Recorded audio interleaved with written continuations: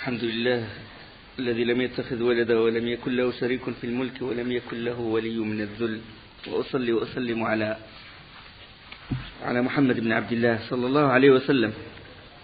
Donc les noms évoqués des gens que le prophète sallam a décidé de les tuer, ils sont évoqués on les trouve à Fath al-Bari d'Ibn Hajar al-Asqalani, l'explication de Bukhari, la page 323.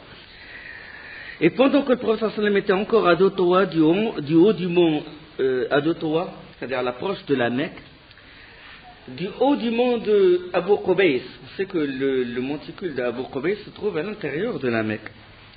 Là, on peut distinguer deux silhouettes, celle d'un vieillard au dos courbé et celle d'une fille qui le guidait et le soutenait. C'était Abu Quhafa, le père de Abu Bakr, radiyallahu anhu.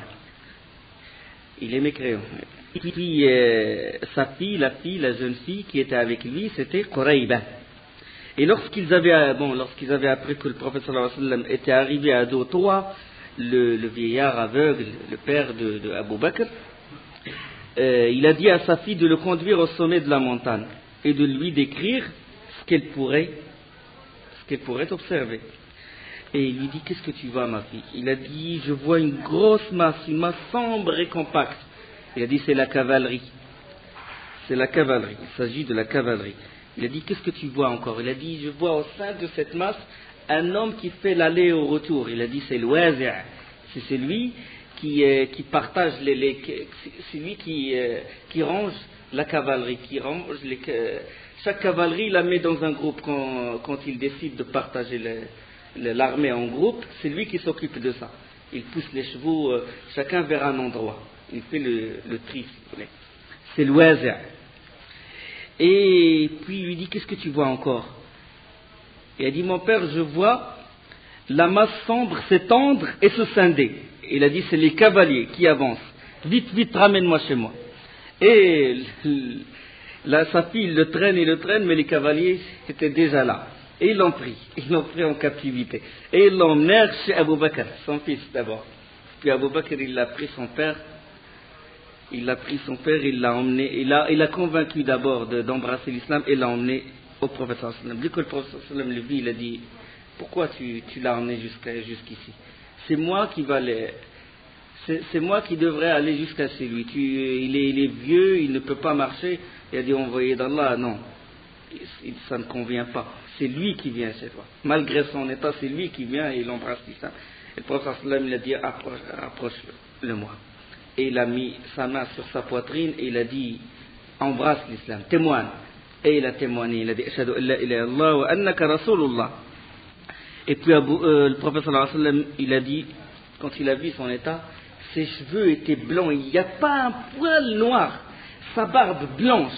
Il a dit: changer la couleur de ses cheveux et épargner le noir. Donc la sunna, c'était la barbe blanche, tu mets le henna, en général le henné. Donc tu mets une autre couleur que le noir, tu évites le noir. D'accord?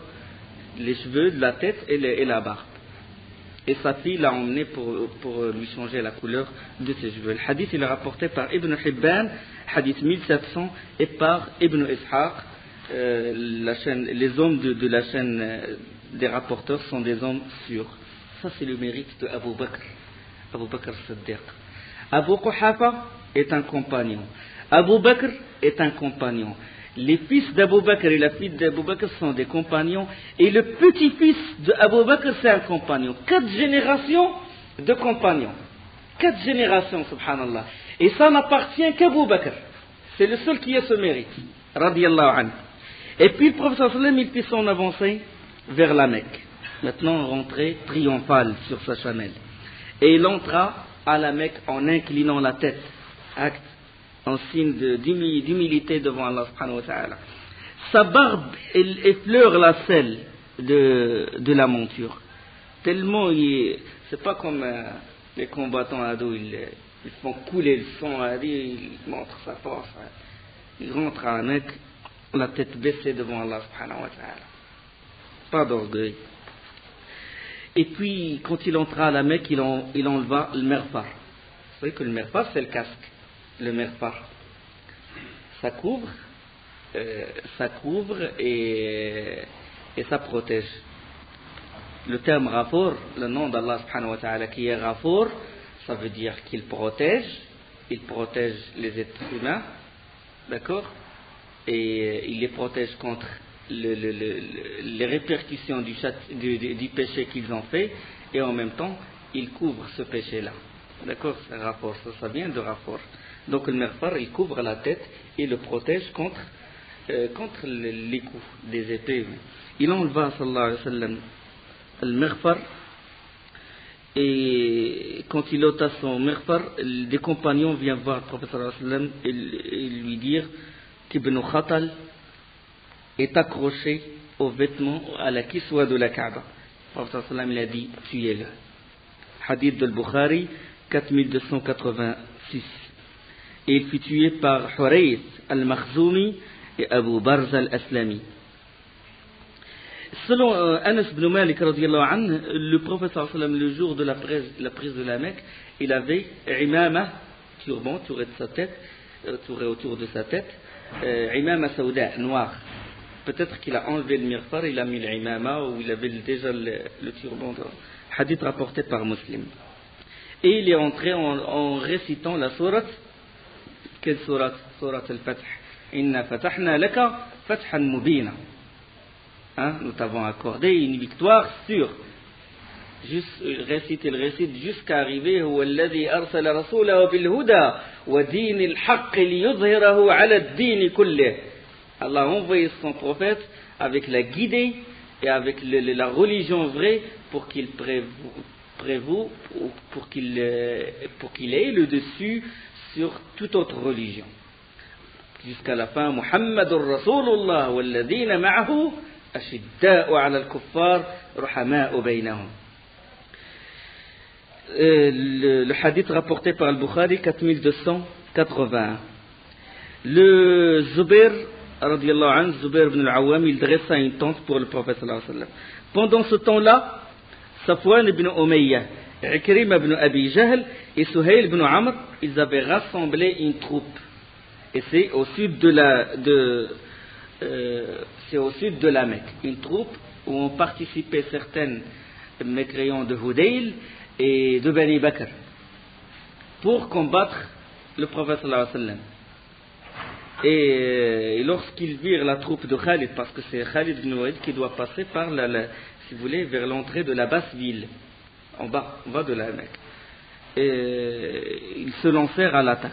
De Khalid ibn Walid. Khalid ibn Walid, il n'a pas voulu les combattre. Il a dit retournez chez vous. Le prophète sallallahu alayhi wa sallam a dit que celui qui rentre chez lui, qui s'enferme chez lui, est en sécurité, mais ils ont refusé.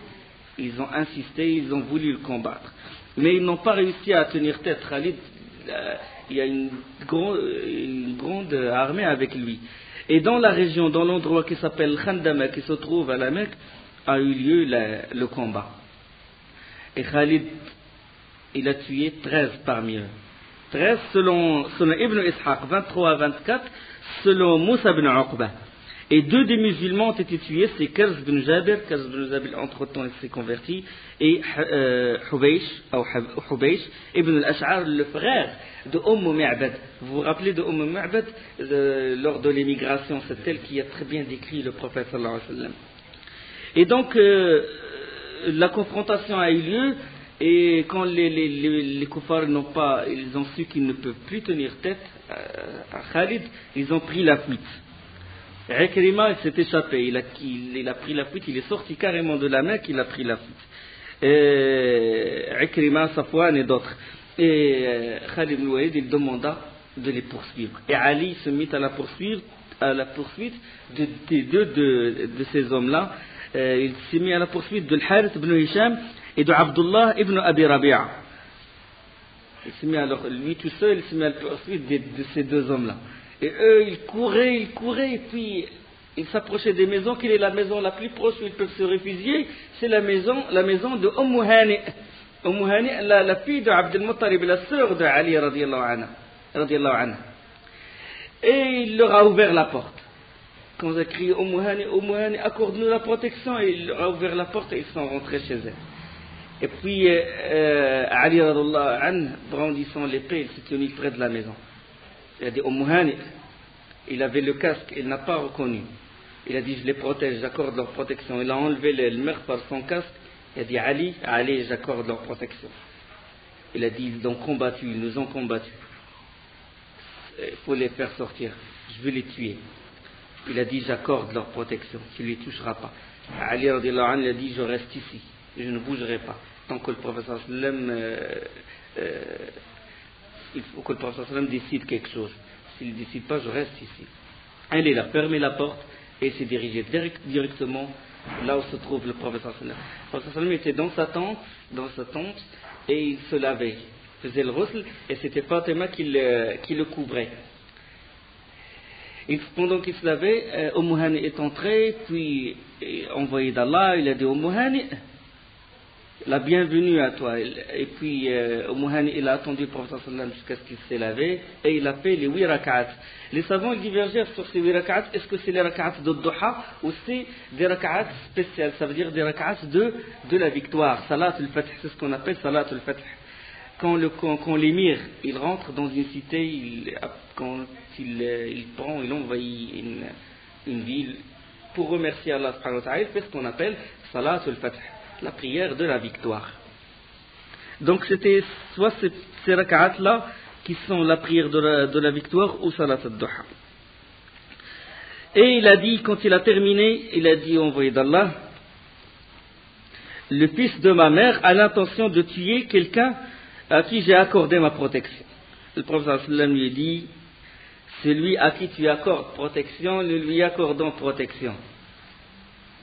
Subhanallah, la place de la femme en islam, liberté de la femme, tous les slogans qu'ils sortent, la vraie liberté de la femme, le mérite de la femme. Une femme a protégé 2 ennemis de l'islam. 2 grands ennemis de l'islam. Hani, il a dit, je les protège, ils sont sous ma protection. Il a dit, tu les protèges. On protège ce que tu protèges.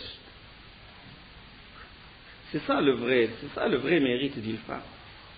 On ne dresse pas la femme contre l'homme.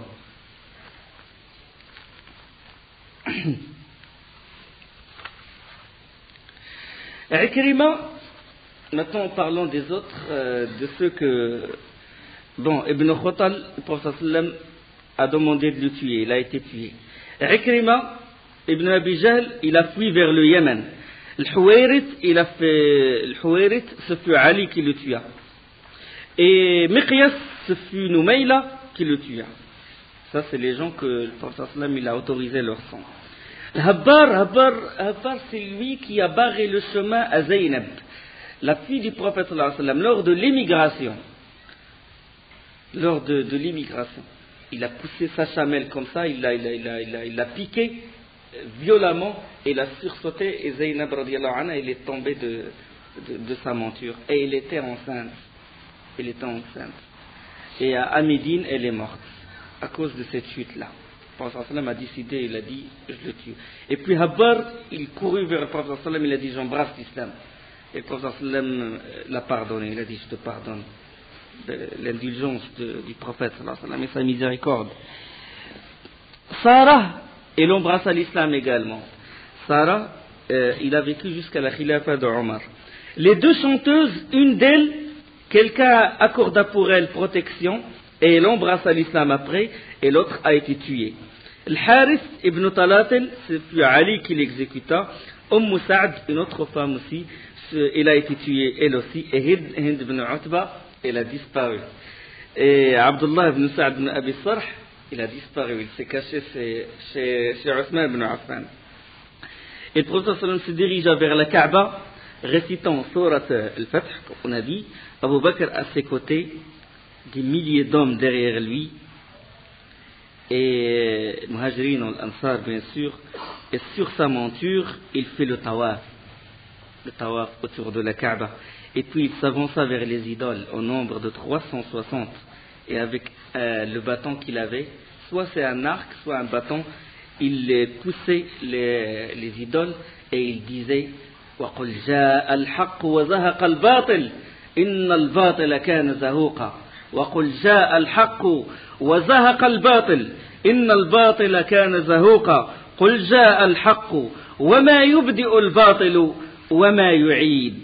La vérité est venue et l'erreur s'est dissipée. Certes, l'erreur ne peut que se dissiper. La vérité est venue, le faux n'apparaît plus ni ne revient. Hadith de Bukhari 4287. Et à chaque fois, subhanallah, que le bâton se tendait vers l'une des idoles, l'idole tombait sans qu'il la touche. L'idole, elle tombe, il se fragmente en petits morceaux. Normalement, l'idole, les statues en pierre, quand elles tombent, c'est en gros morceaux normalement. Les idoles, quand elles tombent, subhanallah, c'est en petits morceaux, en petits fragments. La pierre qui ne peut ni nuire ni profiter. Ils l'ont adoré des siècles et des siècles. Comme ceux de maintenant, ils adorent les tombes, ils adorent les walis, ils adorent les vivants et les morts. La tombe, ils se prosternent devant la tombe. Il va s'échanger, il embrasse sa subha comme ça, le chapelet adak, il se prosterne devant lui. Sallallahu alayhi wa. Et puis le prophète sallam, il appela Uthman ibn Talha. Uthman ibn Talha, il est de Bani Abdiddar et c'est lui qui détient les clés de la Kaaba. On sait que dans la Umrah de la compensation, il a demandé qu'on lui ouvrit la Kaaba pour qu'il rentre dedans et les Quraysh, ils l'ont interdit. Ils ont dit non, tu n'as pas le droit, tu n'as pas ce droit, tu n'as pas ce privilège. Maintenant, ça y est, c'est la prise de la Mecque. Il appela Uthman ibn Talha. Uthman, on sait qu'il s'est converti avec qui? Uthman ibn Talha, avec Amr ibn al-As et Khalid ibn al-Walid. Et il lui demanda la clé de la Kaaba. Uthman ibn Talha, il est rentré voir sa mère. Et c'est sa mère qui a les clés. Et il a refusé de lui donner les clés. Il a dit, malheur à toi, tu vas lui donner les clés de la Kaaba. L'honneur de Bani Abdiddar, ils ont coulé du sang pour avoir ce mérite, cet honneur. Il a dit, c'est l'envoyé d'Allah. Je ne peux rien faire. Il a dit non. Et il a mis la clé, il l'a rentré dans ses vêtements. Et Uthman ibn Talha est en train de discuter avec sa mère, en train de la persuader pour qu'elle lui donne la clé. Et le prophète sallam, il attend, puis il a envoyé Omar. Omar, il a frappé fort la porte. Il a appelé Uthman, les clés. Le prophète sallam, ça fait longtemps qu'il t'attend. Et il a jeté les clés comme ça. Uthman, il a pris la clé. Et Uthman radiallahu anhu, il a pris la clé, il l'a donnée au prophète sallallahu alayhi wa sallam. Et il est entré, il a ouvert la porte de la Kaaba. Et c'était Oussama ibn Zayd et Uthman ibn Talha lui-même, Bilal qui sont entrés dans la Kaaba avec le prophète sallallahu alayhi wa sallam. Oussama, Bilal et Uthman ibn Talha. Et à l'intérieur de la Kaaba, on peut voir des représentations. Il y a une colombe en bois. Il y avait des cornes du mouton qui a été sacrifié pour Ismaïl alayhi salam, collé au mur, des cornes comme ça, les vraies cornes. Et il y avait aussi des dessins de Ismaïl, des peintures. Ils représentent Ibrahim alayhi salam, Ismaïl et Ishaq.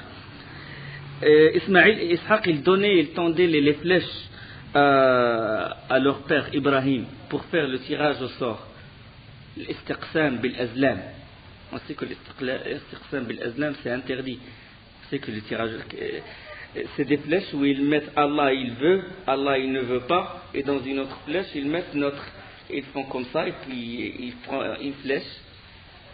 Allah il veut, donc Allah il a voulu ce que j'ai l'intention de faire. Allah il n'a pas voulu. Allah comme ce qu'a fait Abu Talib quand il a voulu sacrifier son fils Abdullah. Vous vous rappelez au début de la Sira.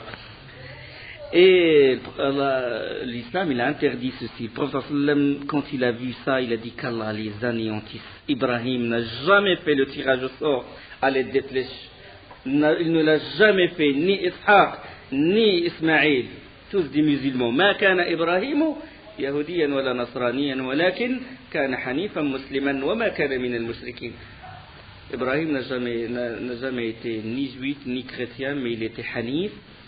Hanif, on a expliqué l'autre jour que hanif veut dire, hanif en arabe ça veut dire droit et dévié. Il y a des mots en arabe qui désignent deux choses contraires. D'accord? Comme zanna, zanna veut dire être sûr et douter. D'accord? D'accord? Donc hanif veut dire droit et dévié. Donc droit vers l'inucité et dévié de shirk. Donc les savants ils ont réuni les deux significations opposées si vous voulez. Donc droit vers tawhid, droit vers l'unicité et dévié du shirk. D'accord? Hanifan muslima, muslim. Wa ma kana min al-mushrikin, ne fait pas partie de ceux des associateurs. Toutes les peintures elles furent effacées. C'est fait Omar qui les effaça. La colombe, représentation de la statue de la colombe, il a été cassée. Les cornes, le professeur Sallam demanda à Uthman ibn Talha de les couvrir. Quand ils ont effacé toutes les représentations, le professeur Sallam a fait takbir déjà à l'intérieur de la Kaaba. Il a dit Allahu Akbar, Allahu Akbar, Allahu Akbar. Et puis, il a dit, il a fait la prière, avant de faire la prière, il a dit le fidèle ne doit pas prier en ayant devant lui quelque chose qui le perturbe. Le hadith rapporté par Ahmed. Ça veut dire que la personne, normalement, il doit prier dans un endroit où il n'y a pas de représentation. Même des décors, même comme ça. Il n'y a pas de représentation. Normalement, la chose doit être simple. Parce que les décors, ils perturbent le fidèle, la personne qui prie. De même, un qamis où il y a des décors, comme le Prophète avant, quand il a voulu faire la prière, il portait ce qu'on appelle khamisa. Khamisa, dat a'lam, où il y avait c'est pas des dessins, mais juste des décors. Et puis, après la prière, il a enlevé, il a dit ramenez-moi un bijani et abijahm, c'est-à-dire ramenez-moi un qamis qui appartient à telle personne, parce que ce qamis-là, il m'a perturbé dans ma prière. Donc, tout ce qui perturbe la personne, il doit l'enlever. Et la porte de la Kaaba il s'ouvrit comment le prophète sallam il pria le mur, il pria, il a laissé la porte derrière lui et le mur en face, hein? Il a donné le dos à la porte. Comment il a prié le prophète? Il a donné la porte le dos à la porte. Et il a fait la prière. Et quand il est sorti, directement, Ibn Omar est venu. Il rentrait à l'intérieur de la Kaaba. Il se dirigea directement vers Bilal. Il a dit où a prié l'envoyé d'Allah? Il a dit il a prié ici. Ibn Omar, on sait qu'il suit le prophète sallallahu alayhi wa sallam. Il le suit pas à pas. Il le suit même dans les choses qui ne sont pas légiférées. Et une fois, il était avec un groupe de fidèles, et puis il avait les boutons de son qamis, et puis il les a ouverts. Et puis ils lui ont dit pourquoi tu as fait ça? Il a dit parce que je me suis rappelé une fois que l'envoyé d'Allah était avec un groupe et qu'il a défait Peut-être qu'il l'a fait parce qu'il faisait chaud, mais parce que lui il s'est rappelé que le prophète a fait ça, il veut faire comme lui. Il a voulu faire comme lui. Il a dit où il a prié, il a dit ici, Bilal lui a dit ici. Et puis il a fait takbir al-ihram et il a prié là où a prié le prophète sallallahu alayhi wa sallam. Il a prié 2 colonnes à sa gauche. Dans la Kaaba il est soutenu par 6 colonnes, 6 supports. Et 2 colonnes à sa gauche, 3 derrière et une à sa droite. C'est exactement l'endroit où a prié le prophète sallallahu alayhi wa sallam. Hadith rapporté par le Bukhari, 4289. Et quand Ibn Omar est sorti, il a dit j'ai oublié combien a fait le prophète, combien de rak'at a fait l'envoyé d'Allah. Et pendant que le prophète il tenait les clés, l'Abbas, il vient voir le prophète, il dit envoyé d'Allah, accorde-moi les 2 dignités. Accorde-moi le hijaba ou le siqaya. Tu m'as accordé le siqaya, ça veut dire l'approvisionnement en eau des pèlerins. Je veux que tu m'accordes le hijaba, ça veut dire le fait d'avoir le privilège de détenir la clé de la Kaaba. Et le prophète il a dit appelez plutôt Uthman ibn Talha, Uthman qui détenait la clé. Et puis il a appelé, il a dit Uthman, aujourd'hui c'est un jour de loyauté et de fidélité. Prenez-la, famille de Bani Abdiddar, éternellement. Personne ne peut vous déposséder de cette clé sauf un injuste. Et il est resté dans la famille de Bani Abdiddar jusqu'à maintenant. Maintenant, à la Mecque, ceux qui détiennent la clé, c'est la famille de Bani Abdiddar, de la descendance de Othman ibn Talha radiallahu anhu. Aucun, même président, roi n'a le droit de rentrer sans la permission de Bani Abd-Dar. C'est eux qui détiennent la clé, qui ouvrent et qui ferment la Kaaba. Et puis le prophète sallam, il prononce un discours, il a dit nul n'est en droit d'être adoré qu'Allah, l'unique, il a accompli sa promesse, il a fait triompher son serviteur et il a mis en déroute seul, l'unique, subhanahu wa ta'ala, les coalisés. Tout prix de sang ou bien revendiqué illicite et tout héritage de la renommée sont sous mes pieds. Maintenant, les lois de l'jahiliya, du paganisme, ça y est, abolies maintenant. Et il a dit aussi que toutes ces choses-là sont abolies à l'exception de Sadana, ça veut dire le service de la Kaaba, le nettoyage et tout, parce que ça, c'est les Quraysh qui s'en occupaient avant, même mes crayons, il a dit ça reste, c'est les choses qui restent. Sadana et l'approvisionnement en eau, siqaya, parce que c'est des bonnes choses que faisaient les Quraysh. Il les a gardées, ces choses-là. Il a dit, je déclare que le prix du sang pour un homme tué par homicide non intentionnel, quasi volontaire, est de 100 chameaux, donc 40 chamelles pleines. Hadith rapporté par Abu Daoud, numéro 4547, authentifié par Ibn Hibban. Donc il a fait un discours, et il a dit également, c'est Allah qui a rendu la Mecque sacrée, et non pas les gens. Il n'appartient pas à quelqu'un qui croit en Allah et au jour dernier d'y couler du sang. Il n'a pas le droit d'y tuer. Ou d'y couper un arbre. Et si quelqu'un veut s'autoriser de combattre dans l'intérieur de l'haram, à l'intérieur de la Mecque, parce que l'envoyé d'Allah y a combattu, dites-lui, Allah a autorisé à son envoyé, et il ne l'a pas autorisé à autrui. Et il me l'a autorisé à 1 heure de la journée. Allah a autorisé au prophète sallam de tuer à un intervalle de temps, là où il a déclaré que ces gens, que Ibn Khotal et que les autres soient tués, ceux que le prophète sallam a autorisé de les tuer. Donc Allah lui a autorisé un certain intervalle de temps. Et en dehors de cet intervalle de temps, il est interdit de tuer, jusqu'au jour dernier. Il a dit, il est redevenu sacré haram comme auparavant, et que le témoin transmette à l'abs. Hadith de Bukhari 4295. Dans le hadith de Abu Huraira, quand le prophète sallam a dit que on ne doit pas déraciner une plante ou on ne doit pas couper un arbre, l'Abbas il a dit, envoyé d'Allah, sauf l'idkhar. L'idkhar, c'est une sorte de plante qui sert pour les tombes, pour remplir les brèches des briques, si vous voulez. Quand on enterre quelqu'un, entre les pierres, on met cette plante-là parce qu'elle couvre bien, et dans les toitures des maisons. Et cette plante est parfumée. L'Abbas il a dit, envoyé d'Allah, excepté cette plante-là. Et le prophète sallam a dit, excepté l'idkhar, cette plante. À l'exception de cette plante, on ne doit pas enlever, on ne doit pas couper d'arbre. Il y avait un homme yéménite qui entendait, musulman. Et quand il a entendu la prêche du prophète sallam, le discours du prophète sallam, il a dit, envoyé d'Allah, écrivez-moi ça, écrivez-moi. Et le prophète sallam a dit, écrivez pour lui. Et ils lui ont écrit tout ce qu'a recommandé le prophète sallam pour emmener ça peut-être au Yémen. Hadith de Bukhari et de Muslim. Et là commencent les serments d'allégeance. Les gens commençaient à prêter serment, les nouveaux convertis. Et Abdullah ibn Sa'd ibn Abi Sarh, qui s'est caché sur Uthman, lorsque les hommes ils prêtaient serment d'allégeance, au prophète sallam, Uthman ramena Abdullah ibn Sa'd ibn Abi Sarh. Il le ramena devant le prophète sallam. Et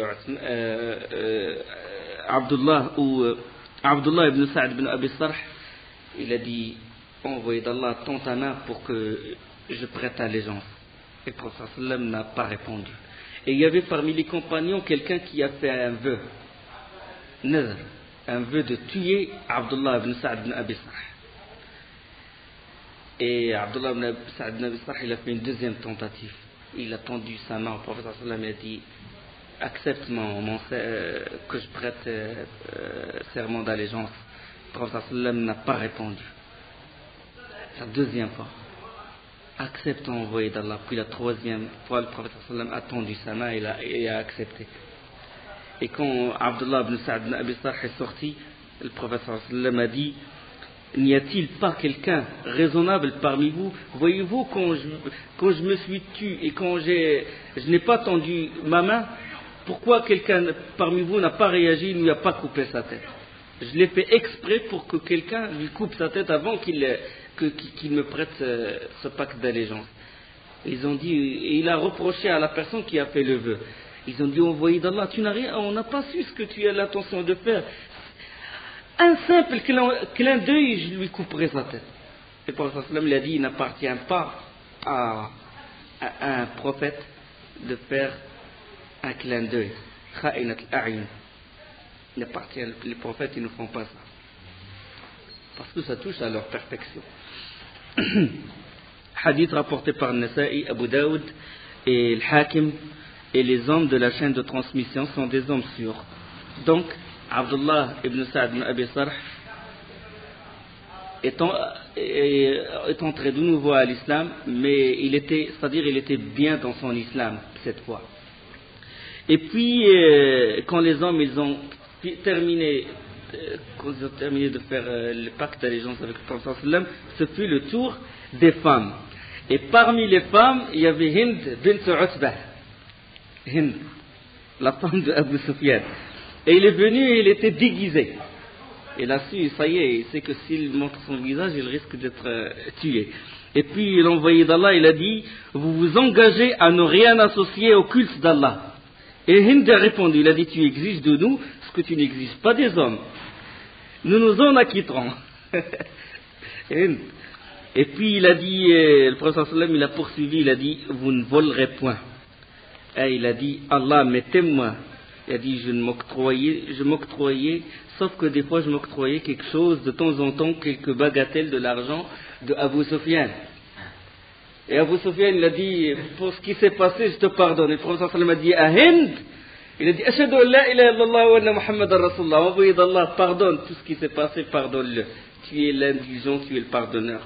Et le prophète sallam, il a continué et il a dit: vous ne forniquerez pas, vous ne commettrez jamais de fornication. Et il a dit, étonné, Hind, il a dit: envoyé d'Allah, la femme libre, elle commet ce genre de choses, la femme libre? La femme libre, est-ce qu'elle commet ce genre de choses? Même eux, dans les Arabes, même à l'époque de l'Jahiliya, à l'époque avant l'islam, dans leur kufr, dans leur mécréance, c'est quelque chose d'étrange. Jamais une femme libre ne commet la fornication, ça n'existe pas chez eux. Sauf les esclaves, c'est les esclaves qui commettent ce genre de choses.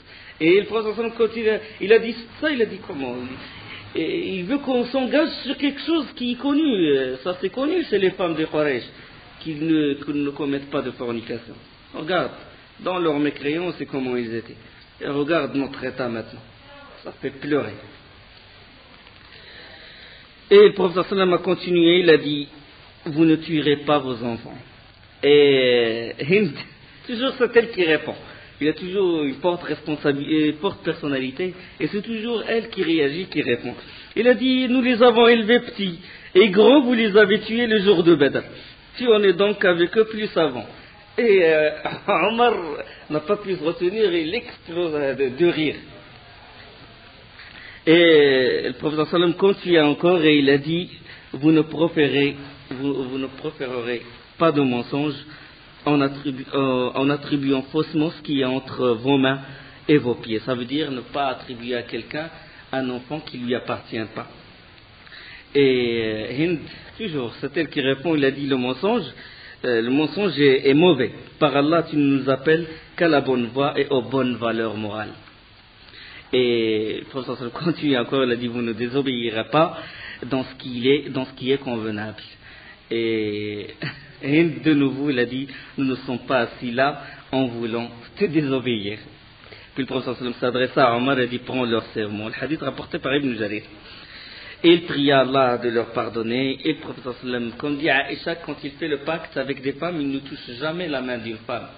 Là, yusafihu nisa, sauf cette femme à lui. Jamais une femme étrangère, le prophète n'a touché sa main. Et Hakim, l'épouse de Ikrima. Ikrima, il a pris la fuite. Et il va voir le prophète sallam. Elle a embrassé l'islam et il dit au prophète sallam, envoyé d'Allah, si je te ramène Ikrima, est-ce que tu acceptes que je lui accorde la protection? Il a dit oui. Il a dit, si tu ramènes Ikrima, il est en sécurité. Et Ikrima, qu'est-ce qu'il a fait? Ikrima, déjà, il est déjà au port de la mer Rouge. Il attendait le bateau. Il a pris le bateau pour aller vers le Yémen. Ça, il veut quitter carrément la Mecque.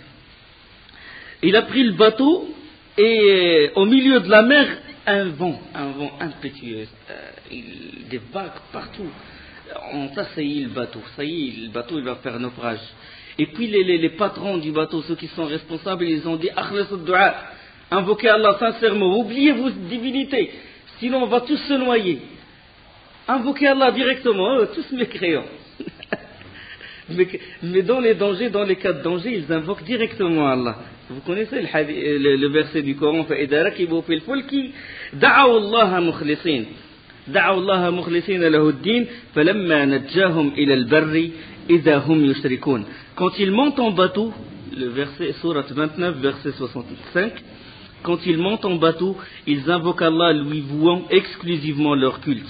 Une fois qu'il les a sauvés des dangers de la mer en les ramenant sur terre ferme, voilà qu'ils donnent des associés. Subhanallah. Le mushrik, le polythéiste, les chrétiens au bateau, ça c'est par expérience. Quand un bateau il fait naufrage ou ils sont en danger, ils oublient Jésus. Ni Jésus n'ira directement, oh mon Dieu, oh mon Dieu, oh mon Dieu, oh mon Dieu. Ils oublient leur divinité quand ils sont en danger. Parce que la raison, le fitra, il les pousse à invoquer Allah directement, le Créateur. Et là, Ikrima, il s'est dit, par Allah, il n'y a rien qui peut, il n'y a que la sincérité qui peut me sauver. Ni Hubal, ni Lat, ni l'Uzza, ni rien. Il faut que je m'adresse à lui pour qu'il me sauve. Et il a dit, oh Allah, si tu me sauves, je vais aller voir Mohammed et je vais lui prêter serment d'allégeance, je vais embrasser l'islam. Et Allah subhanahu wa ta'ala a sauvé ce bateau-là. Et il est retourné voir le prophète sallallahu alayhi wa sallam et il a embrassé l'islam et le prophète sallallahu alayhi wa sallam et il a rejoint sa femme. Il a rejoint Hakim. Hadith rapporté par Nasa'i. Safwan ibn Umayya, lui aussi il a voulu prendre la mer. Lui aussi il a voulu... Et là ce fut Umayr ibn Wahb qui lui a accordé protection. Umayr ibn Wahb, la première fois il est allé le voir, il l'a trouvé sur le port, attendre le bateau, il a dit reviens, j'accorde ta protection. Il a dit non, ils vont me couper la tête. Et puis il est revenu voir le prophète sallallahu alayhi wa sallam, il a dit au prophète sallallahu alayhi wa sallam, donne-moi quelque chose qui peut le pousser à revenir. Et le prophète sallallahu alayhi wa sallam, il a enlevé son turban noir, il a dit voilà, donne-lui montre-lui ce turban-là.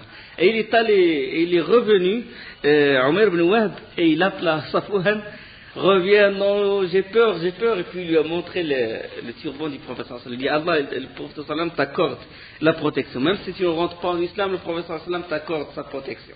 Et il est revenu voir le prophète sallallahu alayhi wa sallam, il dit, oh Mohammed, Umayr, il prétend que tu m'as accordé protection. Il a dit vrai.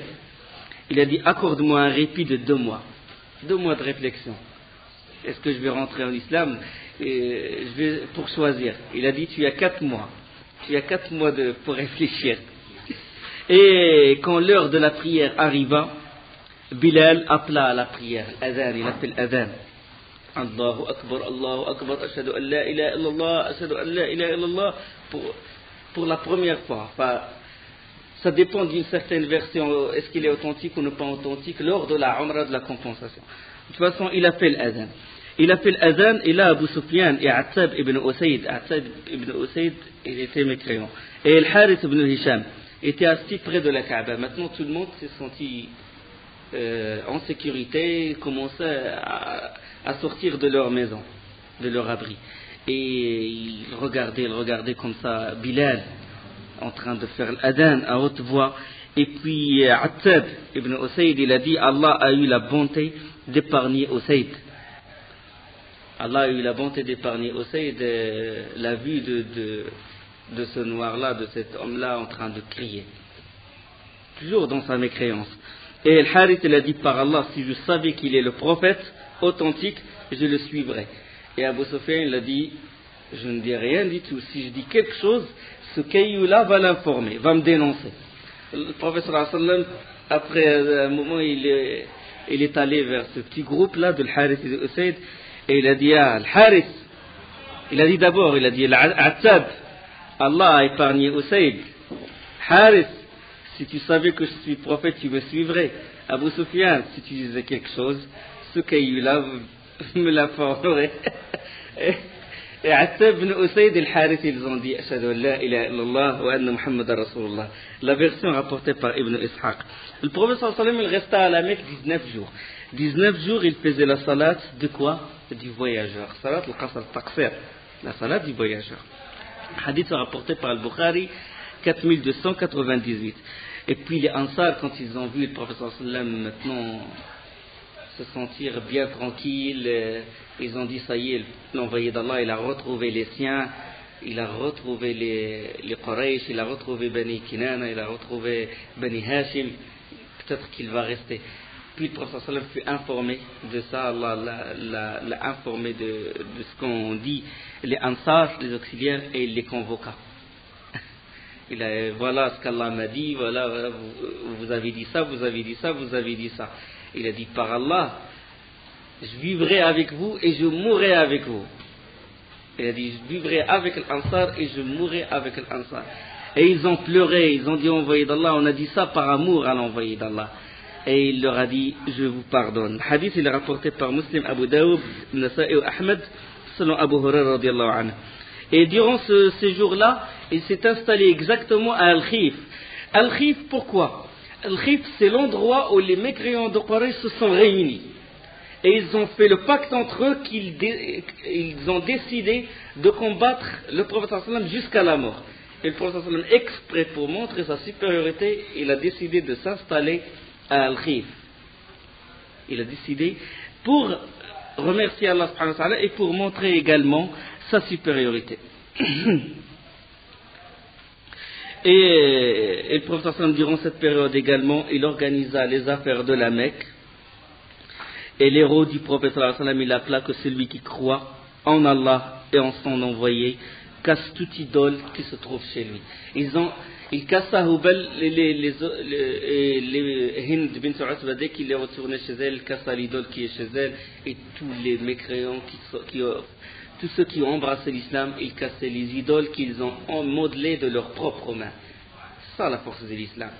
La personne lui-même qui a modelé la statue, qui l'a adorée, avec ses mêmes mains, il l'a cassée. C'est ça la force de l'islam. Comment le prophète sallallahu alayhi wa sallam, il a réussi à gagner les cœurs de ces gens-là. Et là, il a envoyé Khalid ibn al-Walid vers Nakhla. Nakhla, c'est une région entre Taïf et la Mecque. C'est au sud de Médine. Et il l'envoya pour détruire l'idole de Al-Uzza. أفرأيتم اللات والعزى ومناة الثالثة الأخرى. Il a cassé l'idole de l'Uzza, qui est adorée par Quraysh et Kinana. Et Khalid, il a brisé l'idole, et quand il est revenu voir le prophète sallam, il a dit, tu n'as rien fait, tu ne l'as pas détruite. Et il est revenu, Khalid radiallahu anhu, et il trouva une femme à l'intérieur de ce temple-là. Une femme, les cheveux en l'air, nue, et il commence à crier vers lui, et il la tua, Khalid radiallahu anhu, et il rasa le temple. Et de retour auprès du prophète sallam, Khalid lui a rendu compte de ce qu'il a fait. Le prophète sallam l'a dit, Uzza ne sera plus adoré. À partir d'aujourd'hui, Al-Uzza ne sera plus adoré. Et il envoya également Amr ibn al-As à Suwa'. وقالوا لا تذرن آلهتكم ولا تذرن ودا ولا سواع. C'était des idoles qui étaient adorées par le peuple de Nuh. Parce que Suwa' c'était un homme savant, un homme vertueux. Et après sa mort, ils ont modelé la statue à sa forme, et ils ont dit, nous on va se rappeler de cet homme-là qui est proche d'Allah, et puis après, ils l'ont adoré.